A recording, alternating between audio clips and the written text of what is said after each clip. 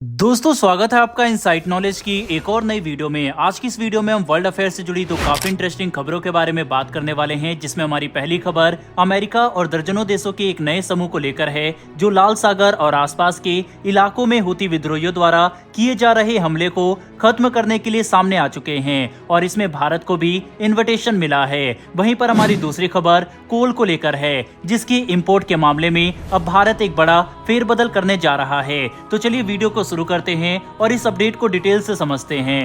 दरअसल दोस्तों सामने निकल कर आ रही लेटेस्ट मीडिया अपडेट के मुताबिक अमेरिका ने हूती विद्रोहियों द्वारा किए जा रहे हमलों का जवाब देने के लिए अब international group combined maritime forces तैयार किया है, जिसमें ब्रिटेन, ऑस्ट्रेलिया, जापान, नीदरलैंड जैसे देश शामिल हैं और अब इसमें भारत को भी इन्विटेशन दिया गया है। बता दें कि ये दर्जनों देश एक साथ मिलकर लाल सागर और आसपास के इलाकों में सिक्योरिटी समेत स्टेबिलिटी मेंटेन करने की जिम्मेदारी लेंगे। जब से इजराइल और हमास का युद्ध शुरू हुआ तब से हूती विद्रोहियों ने इजराइल का विरोध करने के लिए 23 कंटेनर जहाज पर हमला किया है। वहीं इसमें क्रूड ऑयल और केमिकल कंटेनर जैसे महत्वपूर्ण जहाज भी शामिल हैं, जिन्हें अगर ज्यादा नुकसान पहुंचता है तो समुद्र में भारी आपदा हो सकती है। इससे आर्थिक नुकसान तो होगा ही, साथ ही पर्यावरण को भी काफी नुकसान पहुंच सकता था। ऐसे में हूती विद्रोही द्वारा किए जा रहे इन आतंकवादी हरकतों को रोकना काफी जरूरी है, जिसके लिए भारत ने अपने स्तर पर भी तैनाती की है।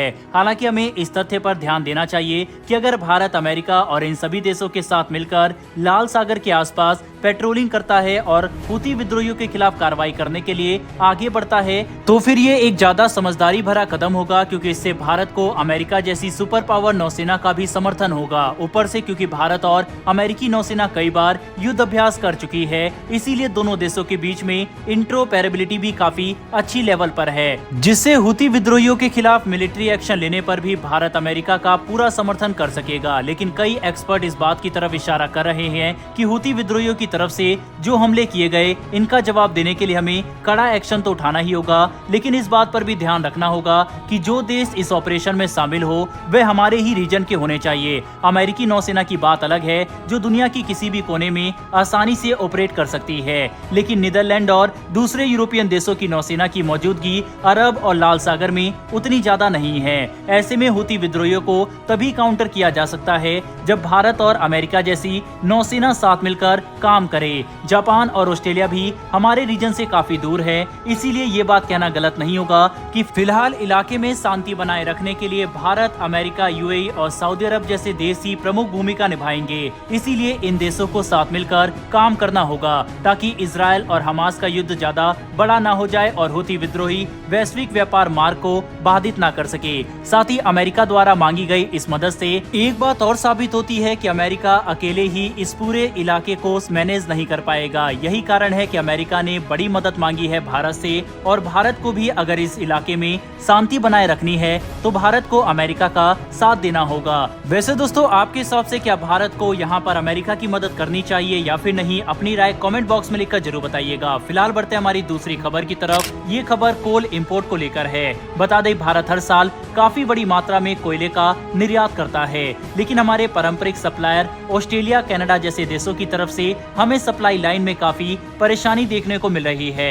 ऑस्ट्रेलिया जो हर साल भारत की जरूरत का 50% से ज्यादा कोयला सप्लाई करता है, उसकी तरफ से सप्लाई में काफी परेशानी आ रही है, जिसकी वजह से अब भारत सरकार द्वारा समर्थित कंपनियों ने फैसला लिया है कि वह स्टील मैन्युफैक्चरिंग को सपोर्ट करने के लिए दूसरे देशों से भी कोयले का निर्यात करेगी। इसमें रूस जैसे देश प्रमुख होंगे जो हमें बड़ी मात्रा में कोयला सप्लाई कर सकते हैं, और रूस की तरफ से मिलने वाला कोयला न सिर्फ क्वालिटी के मामले में अच्छा होगा बल्कि हमें डिस्काउंटेड रेट पर भी मिल सकता है, क्योंकि दोनों देशों के बीच में एनर्जी के क्षेत्र में पार्टनरशिप काफी ज्यादा बढ़ चुकी है। और क्रूड ऑयल के साथ अगर कोयले के क्षेत्र में भी भारत रूस के साथ काम करे तो हमें एडिशनल डिस्काउंट देखने को मिल सकता है। बता दें भारत हर साल लगभग 70 मिलियन टन कोयले का इस्तेमाल करता है, वहीं पर इसमें हमारी 85% जरूरत हम इंपोर्ट से पूरा करते हैं। ऐसे में अगर ऑस्ट्रेलिया जैसे महत्वपूर्ण देश कोयले की सप्लाई में हमें परेशानी देंगे तो भारत के लिए अपनी एनर्जी रिक्वायरमेंट और स्टील इंडस्ट्री को सपोर्ट करने के लिए कोयले का इंपोर्ट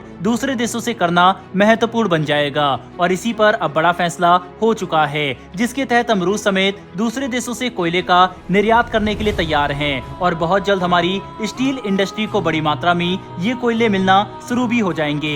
कुल मिलाकर समझने की कोशिश करें तो जहां एक तरफ भारत लाल सागर से आने वाले अपने क्रूड ऑयल और दूसरे एक्सपोर्ट इंपोर्ट को सुरक्षित करने के लिए अमेरिका के साथ जॉइंट पेट्रोलिंग और मिलिट्री एक्शन करने पर विचार कर रहा है, वहीं दूसरी तरफ हम कोयले के इंपोर्ट को भी सिक्योर करने के लिए अपने सप्लायर में डाइवर्सिटी बढ़ा रहे हैं, जो भारत के लिए एक महत्वपूर्ण डिसीजन है। बहरहाल दोस्तों, इस वीडियो में इतना ही। दोनों ही खबरों के ऊपर आपकी क्या राय है कमेंट बॉक्स में लिखकर जरूर बताइएगा। साथ ही अगर आपको ये इन्फॉर्मेशन और वीडियो पसंद आई हो तो वीडियो को लाइक करके हमारी आने वाली डेली ऐसी वीडियो के लिए चैनल को सब्सक्राइब कर बेल नोटिफिकेशन को जरूर दबा लें, जिससे हमारी डेली वीडियो आप तक सबसे पहले पहुंच सके। फिर मिलेंगे ऐसी एक नई वीडियो के साथ। धन्यवाद। जय हिंद।